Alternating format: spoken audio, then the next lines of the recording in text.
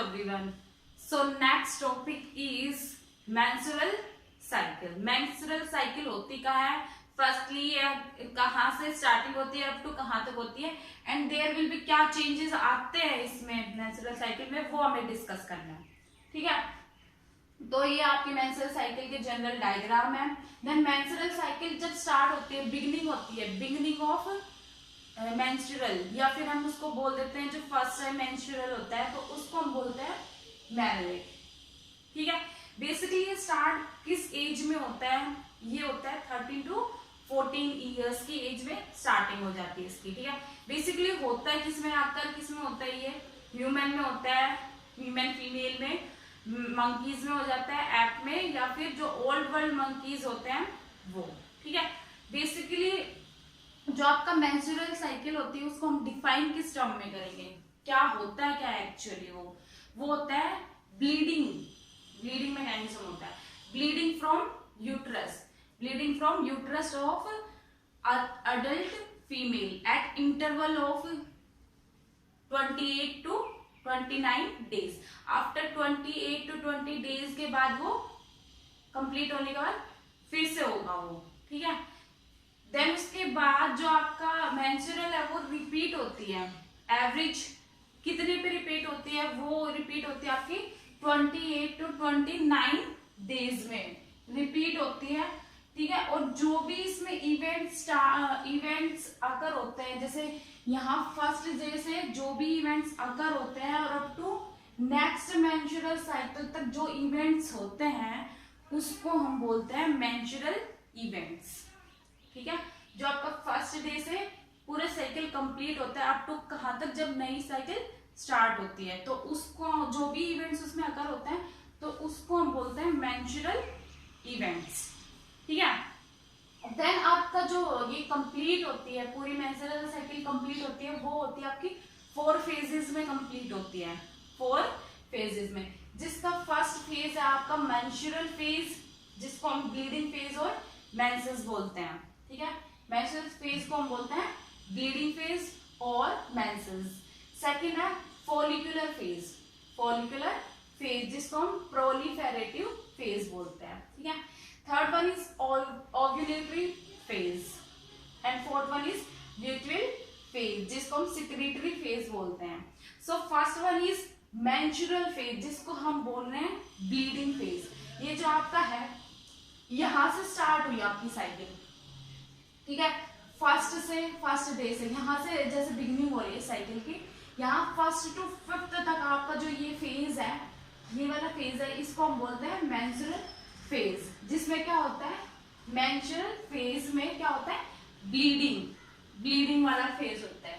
ठीक है, basically 3 to 5 days का होता है ये. ठीक है, 3 to 5 डेज का. The production of LH from the anterior lobe pituitary gland is considerably reduced. जब आपका ये मेंस्ट्रुअल साइकिल होता है, अकर होती है, तो जो आपका LH ल्यूटिलाइजिंग हार्मोन रिलीज हो रहा होता है, उसका प्रोडक्शन क्या हो जाता है? रिड्यूस हो जाता है during menstrual cycle bleeding phase. ठीक है, उसके बाद क्या होगा? अब विड्रॉल हो गया किसका? हार्मोन का, क्योंकि रिलीज ही नहीं हो रहा, प्रोडक्शन नहीं हो रहा, तो क्या कॉज होगा degeneration of the corpus luteum. किसका डीजनरेशन होगा? कॉर्पस ल्यूटियम का. ठीक है, और उसके बाद क्या होगा? कॉर्पस ल्यूटियम का डिजनरेट होने के बाद क्या हो जाता है? जो आपका प्रोजेस्टेरोन हार्मोन होता है उसका भी प्रोडक्शन क्या हो जाएगा? रिड्यूस हो जाएगा. ठीक है, LH का प्रोडक्शन हुआ, सबसे पहले क्या हुआ? रिड्यूस हुआ. रिड्यूस होने के बाद क्या हुआ? जो आपका कॉर्पस ल्यूटियम है वो क्या हुआ? डीजनरेट हुआ. डीजनरेट होने के बाद जो आपका प्रोजेस्टेरोन हार्मोन है उसका भी सिक्रीशन क्या हो गया? रिड्यूस हो गया. ठीक है, अब जो एंडोमेट्रियम वॉल होती है किसकी? यूट्रस की. जो आपके एंडोमेट्रियम वॉल होती है यूट्रस की, वो क्या हो जाएगी? ब्रेक हो जाती है. ब्रेक होने के बाद क्या हो जाएंगे? मेंस्ट्रुएशन बिगिन हो जाता है, मेंस्ट्रुएशन हो जाएगा. ठीक है, the wall of endometrium secretion blood and the unfertilized ovum constitute the menstrual flow. अब क्या हो गया, जो आपकी एंडोमेट्रियम वॉल है, किसकी, यूट्रस की जो एंडोमेट्रियम वॉल है वो क्या हो जाती है, रैप्चर हो जाती है, फट जाती है, ठीक है। जिससे क्या होगा, जो आपका अनफर्टिलाइज्ड ओवम है, मतलब क्या हुआ, इंटरकोर्स नहीं हुआ, इंटरकोर्स हुआ भी तो क्या फर्टिलाइज्ड नहीं हुआ, क्या, ओवम, ठीक है। तो वो कैसा रह गया, अनफर्टिलाइज्ड रह गया। अनफर्टिलाइज्ड ओवम ही ब्लीडिंग के थ्रू बाहर निकल जाता है। तो ये फेज है आपका ब्लीडिंग फेज और मेंसेस, 3 to 5 डेज यहाँ तक कंप्लीट हो जाता है। देन उसके बाद सेकंड फेज आता है आपका ये प्रोलीफेरेटिव फेज, जिसको हम बोल रहे हैं फॉलिकुलर फेज। इसमें क्या होगा, बेसिकली अगर होता है ये 6 to 13 to 14 डेज के बीच में, पूरी 28 डेज की साइकिल में 6 to 13 to 14 डेज में ये कंप्लीट होता है। क्या होता है कि जो आपका फॉलिकुलर स्टिमुलेटिंग हार्मोन होता है, एफएसएच होता है, वो सिक्रीट होता है कहाँ से, anterior lobe of pituitary gland. वो स्टिमुलेट कर देता है किसको, ओवेरियन फॉलिकल को, टू सिक्रीट ऑस्ट्रोजन। क्या किसका सिक्रीशन हुआ, ऑस्ट्रोजन का, कहाँ पर, फॉलिकुलर फेज पर, ठीक है।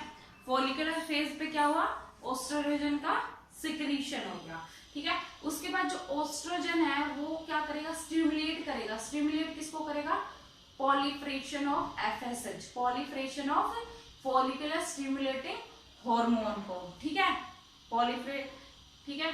उसके बाद एंडोमेट्रियम है, एंडोमेट्रियम को क्या करेगा, पॉलीफ्रेट करेगा। कौन करेगा, जो आपका ये ऑस्ट्रोजन हार्मोन रिलीज हुआ है, ये क्या करेगा, एंडोमेट्रियम वॉल को पॉलीफ्रेट करेगा, ठीक है, पॉलीफ्रेशन ऑफ द एंडोमेट्रियम वॉल, ठीक है। देन उसके बाद क्या होगा, जो एंडोमेट्रियम है वो become thicker by rapid multiplication. जो आपके एंडोमेट्रियम वॉल है वो क्या हो जाएगी, थिक हो जाएगी, रैपिडली थिक हो जाएगी, और इंक्रीज करेगी uterine gland and blood vessel. क्या करेगी, इंक्रीज कर देगी यूट्राइन ग्लैंड को और ब्लड वेसल्स को, ठीक है। तो इस फेज में यही होता है, इसमें फॉलिकुलर फेज और पॉलीफ्रेटिव phase.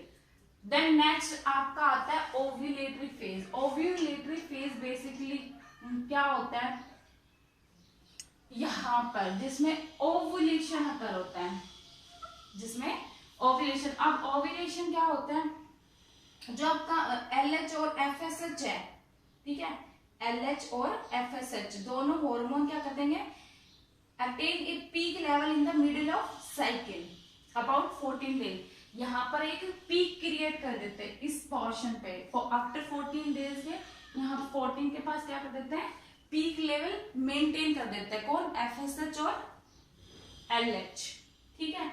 Rapid secretion of LH induces rupturing of Graafian follicle and thereby the release the ovum. उसके बाद जो आपका LH है वो सिक्रीशन हो रहा है, उसका रैपिडली सिक्रीशन हो रहा है, जिससे क्या होगा, रैप्चर करेगा किसको, ग्राफियन फॉलिकल को। ग्राफियन फॉलिकल रैप्चर होके तभी तो क्या रिलीज होगा, ओवम रिलीज होगा। अब ग्राफियन फॉलिकल रैप्चर होंगे तभी तो क्या, ओवम रिलीज होंगे, ठीक है। तो उसी को हम क्या कहते हैं, ओव्यूलेशन, जिसमें क्या हो रहा है, ओवम रिलीज हो रहा है, किससे, ग्राफियन फॉलिकल से। बेसिकली ओव्यूलेटरी फेज में यही होता है, ओवम का रिलीज होना, ठीक है। फोर्थ फेज आपका ल्यूटियल फेज, जिसको हम सिक्रेटिव फेज बोल रहे हैं। बेसिकली सबसे लार्जेस्ट फेज होता है ये साइकिल का, जिसमें 15 to 28 डेज के बीच का होता है, ल्यूटियल फेज और सिक्रेटरी फेज, ठीक है। बेसिकली क्या होता है इसमें, जो आपका एलएच हार्मोन होता है वो सिक्रीट करता है किसको, anterior lobe of pituitary gland. कहाँ से सिक्रीट होता है, anterior lobe of pituitary gland से सिक्रीट होता है। सिक्रीट होने के बाद क्या करेगा, कहाँ पहुंच जाएगा, ओवेरियन फॉलिकल में। ओवेरियन फॉलिकल क्या हो जाएंगे, स्टिमुलेट हो जाएंगे, किससे स्टिमुलेट हो जाएंगे, एलएच हार्मोन से, टू डेवलप कॉर्पस ल्यूटियम। क्या डेवलप कर देंगे इसमें, कॉर्पस ल्यूटियम, ठीक है। यहाँ पर कॉर्पस ल्यूटियम बन रहे हैं अभी, ठीक है। उसके बाद अब हो गए कॉर्पस ल्यूटियम सिक्रीट करेंगे क्या, अब बनने के बाद कॉर्पस ल्यूटियम क्या सिक्रीट करेंगे, प्रोजेस्टेरोन हार्मोन सिक्रीट करेंगे, progesterone hormone. During the secretory phase there is increase in the secretion of watery mucus by the vaginal gland और by the gland of fallopian tube. जब आपका secretory phase चल रहा होता है तो उस टाइम क्या होता है, काफी लार्ज अमाउंट में क्या रिलीज हो रहा होता है, वाटरी फ्लूइड रिलीज हो रहा होता है. कहां से, यूट्राइन वॉल से. ठीक है, यूट्राइन वॉल से. ठीक है, बेसिकली जो आपका प्रोजेस्टेरोन होता है वो क्या होता है, मेंटेन करता है, maintenance of the endometrium wall. जो आपका प्रोजेस्टेरोन होता है वो किसको मेंटेन करता है, एंडोमेट्रियम वॉल को मेंटेन करते हैं. ठीक है, देन उसके बाद जो आपका एंडोथीलियम होगा क्या होगा, नेसेसरी होता है implantation of the fertilized ovum and other events of pregnancy. जो आपका प्रोजेस्टेरोन ने किसको मेंटेन किया, एंडोथीलियम को. और एंडोथीलियम बेसिकली किस लिए नेसेसरी होती है, implantation of the fertilized ovum और प्रेगनेंसी के लिए. ठीक है, अगर फर्टिलाइजेशन नहीं हुआ, ठीक है, अगर फर्टिलाइजेशन नहीं हुआ तो यहाँ पर आकर, यहाँ इस पोर्शन पे आकर कॉर्पस ल्यूटियम क्या हो जाएगा, डीजनरेट हो जाता है यहाँ पर, क्योंकि फर्टिलाइजेशन तो अगर हुआ ही नहीं तो जो आपका कॉर्पस ल्यूटियम फॉर्म हुआ था इस पेज में वो क्या हो जाएगा, डीजनरेट हो जाएगा. ठीक है, डीजनरेट होने के बाद जो आपका एंडोथीलियम है वो क्या कॉज करेगा, एंडोथीलियम जो वॉल है क्या करेगा, leading to menstruation making a new cycle. New menstrual के लिए न्यू साइकिल फॉर्म्ड करेगा. ठीक है, यहाँ पर आकर किसका प्रोडक्शन इंक्रीज होगा, प्रोजेस्टेरोन हार्मोन का. ठीक है, यहाँ पर किसका प्रोडक्शन इंक्रीज होगा, प्रोजेस्टेरोन हार्मोन का. उसके बाद यहाँ पर कॉर्पस ल्यूटियम आपके 28 पर कंप्लीट हो गई, ये वाला फेज आपका सिक्रीटरी फेज यहाँ पर आके कंप्लीट हो गया. और देन स्टार्ट होगा फिर से आपका मेंस्ट्रुअल साइकिल. तो ये आपका साइक्लिक मैनर में चलता रहता है ऐसे. ठीक है, यहाँ से स्टार्ट होता है अप टू यहाँ तक कंप्लीट हो जाता है. ठीक है, तो ये था आपके मेंस्ट्रुअल साइकिल के 4 फेजेस. जैसे ये आपका नॉर्मल फ्लो चार्ट है इसका मेंस्ट्रुअल साइकिल का, कि जो आपका यहाँ पर देखो पिट्यूटरी हार्मोन का लेवल, मतलब किस फेज में वो अप हो रहा है और किस फेज में वो डाउन हो रहा है, FSH और LH. उसके बाद जो आपका ओवेरियन इवेंट्स है, फॉलिकल है, उन पर क्या इफेक्ट पड़ रहा है यहाँ पर. तो जब स्टार्टिंग होती है 3 to 13 डेज पर क्या होता है, स्टार्टिंग से वो डेवलप होता जाएगा और मैच्योर फॉलिकल बना लेगा. मैच्योर फॉलिकल यहाँ पर ओव्यूलेशन होगा. ठीक है, यहाँ पर क्या होगा, डेवलपिंग होगा किसका, कॉर्पस ल्यूटियम का. यहाँ पर रिग्रेसिंग कॉर्पस ल्यूटियम. ठीक है, उसके बाद यहाँ पर ओव्यूलेशन होने के बाद यहाँ पर ओवेरियन हार्मोन का लेवल कितना होगा. ठीक है, ठीक है. देन उसके बाद यूट्राइन के इवेंट्स क्या होंगे, इस फेज में क्या होगा, इस 3 to 5 जो आपका है मेंस्ट्रुअल उसमें क्या होगा, यूट्राइन इवेंट्स. उसके बाद 6 to 14 में क्या होगा, तो ये है आपका नॉर्मल फ्लो चार्ट. ठीक है, देन ये कंप्लीट होती है आपकी menstrual cycle. Then physical events and chemical events occur during fertilization. क्या क्या फिजिकल और केमिकल इवेंट्स अकर होता है फर्टिलाइजेशन में, तो ये आपका स्टेप बाय स्टेप होता है. फर्स्ट है जैसे एक्रोसोमल रिएक्शन. फर्स्ट जो होती है वो होती है एक्रोसोमल रिएक्शन. हमने पढ़ा था स्पर्म क्या कर जाता है, एंटर कर जाता है, कोपुलेशन होता है. देन उसके बाद स्पर्म किस में एंटर करता है, सेकेंडरी ओवोसाइट में आकर करता है. देन उसके बाद जो आपका सेकेंडरी ओवोसाइट है उसमें सिंगल ही स्पर्म क्या करेगा, एंट्री ले पाता है. एक सिंगल स्पर्म 300 मिलियन में से ओनली सिंगल स्पर्म ही क्या करता है, उसमें एंटर कर पाता है. ठीक है, तो एक्रोसोमल रिएक्शन में क्या होगा, जो आपका कैप्सिएटेड स्पर्म है वो अंडरगो एक्रोसोमल रिएक्शन रिलीज करेगा chemicals contain in the acrosome. Acrosome में जो एंजाइम्स केमिकल्स होते हैं उनको सिक्रीट करेगा और उन केमिकल्स को हम बोलते हैं स्पर्म लाइसिन. उस केमिकल को हम बोलते हैं स्पर्म लाइसिन, जो बेसिकली आपका होता है, प्रेजेंट होता है क्रोमोसोम में, वो होता है कैल्शियम। ठीक है, ये आपका मेजर रोल प्ले करता है किसमें, एक्रोसोमल रिएक्शन में। ठीक है, कैल्शियम मेजर, अगर कैल्शियम ना हो तो फर्टिलाइजेशन अगर नहीं हो सकता। ठीक है, देन उसके बाद ड्यू टू एक्रोसोमल रिएक्शन होगी, जो आपकी प्लाज्मा मेम्ब्रेन है किसकी, स्पर्म की, वो फ्यूज हो जाएगी plasma membrane of secondary oocyte। ठीक है, दोनों की प्लाज्मा मेम्ब्रेन क्या हो जाएगी, फ्यूज हो जाती है। फ्यूज होने के बाद जो स्पर्म है वो किसमें एंटर कर जाएगा, किसमें एंटर करेगा, oocyte में। ठीक है, देन उसके बाद जो बाइंडिंग होती है, binding of sperm to the secondary oocyte include depolarization of the oocyte plasma membrane. जो आपकी बाइंडिंग होती है स्पर्म की किससे, बाइंडिंग किसकी, स्पर्म की किससे, सेकेंडरी oocyte से, वो कॉज करता है डीपोलराइजेशन। और डीपोलराइजेशन भी क्यों करता है, ताकि एक स्पर्म से ज्यादा स्पर्म एंटर ना हो उसके। ठीक है, जो आपका डीपोलराइजेशन होता है वो क्या क्या क्या प्रिवेंट करता है, वो पॉलीस्पर्मी क्या प्रिवेंट करता है, ताकि अब पॉलीस्पर्मी क्या होता है, entry of more than one sperm into oocyte, एक से ज्यादा स्पर्म एंटर ना कर पाए किसमें, oocyte में। ठीक है, और मोनोस्पर्मी जो बेसिकली हमारा केस होता है कि ओनली वन स्पर्म ही किसमें एंटर करता है, सेकेंडरी oocyte में। ठीक है, अब एक्रोसोमल रिएक्शन यहाँ तक कंप्लीट हो जाता है कि वो उसमें एंटर कर जाता है। देन सेकंड आता है कोर्टिकल रिएक्शन। कोर्टिकल रिएक्शन में क्या होता है कि जो आपका कोर्टिकल ग्रेन्यूल्स होते हैं, cortical granules present on the plasma membrane of secondary oocyte। जो आपका कोर्टिकल ग्रेन्यूल होते हैं वो प्रेजेंट किसमें होता है, प्लाज्मा मेम्ब्रेन किसकी, सेकेंडरी oocyte की। ठीक है, देन उसके बाद cortical granule fuse with the plasma membrane of oocyte। जो कोर्टिकल ग्रेन्यूल है वो फ्यूज हो जाएंगे किसके साथ, प्लाज्मा मेम्ब्रेन किसकी, oocyte की प्लाज्मा मेम्ब्रेन के साथ में, और रिलीज कर देगा अपना content including cortical enzymes between plasma membrane and zona pellucida.